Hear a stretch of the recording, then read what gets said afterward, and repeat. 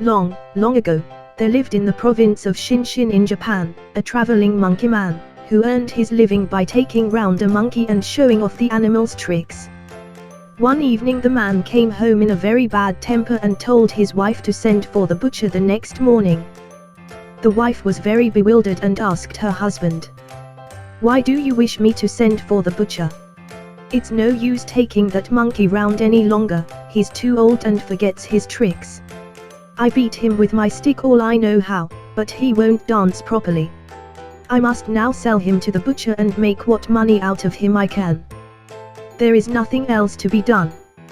The woman felt very sorry for the poor little animal, and pleaded for her husband to spare the monkey, but her pleading was all in vain. The man was determined to sell him to the butcher.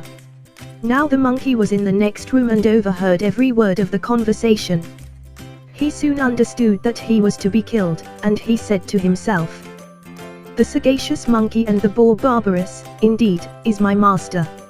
Here I have served him faithfully for years, and instead of allowing me to end my days comfortably and in peace, he is going to let me be cut up by the butcher, and my poor body is to be roasted and stewed and eaten.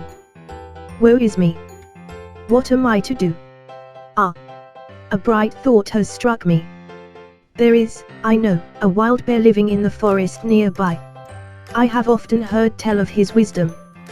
Perhaps if I go to him and tell him the strait I am in, he will give me his counsel. I will go and try." There was no time to lose. The monkey slipped out of the house and ran as quickly as he could to the forest to find the boar. The boar was at home, and the monkey began his tale of woe at once. "Good Mr. Boar, I have heard of your excellent wisdom. I am in great trouble, you alone can help me. I have grown old in the service of my master, and because I cannot dance properly now he intends to sell me to the butcher. What do you advise me to do? I know how clever you are." The boar was pleased at the flattery and determined to help the monkey. He thought for a little while and then said, "Hasn't your master a baby?" "Oh, yes," said the monkey, "he has one infant son." "Doesn't it lie by the door in the morning when your mistress begins the work of the day?" "Well, I will come round early, and when I see my opportunity I will seize the child and run off with it." "What then?" said the monkey. "Why, the mother will be in a tremendous scare, and before your master and mistress know what to do, you must run after me and rescue the child and take it home safely to its parents, and you will see that when the butcher comes they won't have the heart to sell you." The monkey thanked the boar many times and then went home. He did not sleep much that night, as you may imagine, for thinking of the morrow. His life depended on whether the boar's plan succeeded or not. He was the first up, waiting anxiously for what was to happen. It seemed to him a very long time before his master's wife began to move about and open the shutters to let in the light of day. Then all happened as the boar had planned. The mother placed her child near the porch as usual while she tidied up the house and got her breakfast ready. The child was crooning happily in the morning sunlight, dabbing on the mats at the play of light and shadow. Suddenly there was a noise in the porch and a loud cry from the child.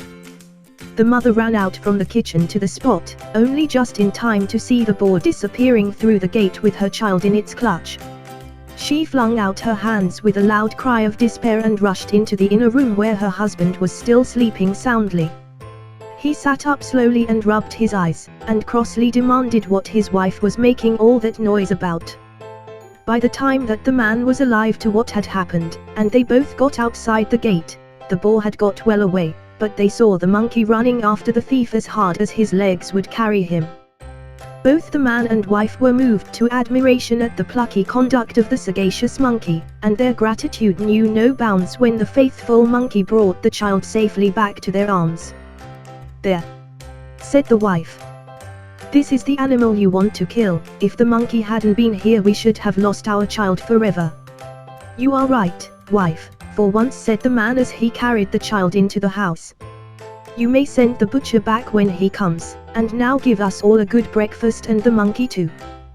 When the butcher arrived he was sent away with an order for some boar's meat for the evening dinner, and the monkey was petted and lived the rest of his days in peace, nor did his master ever strike him again.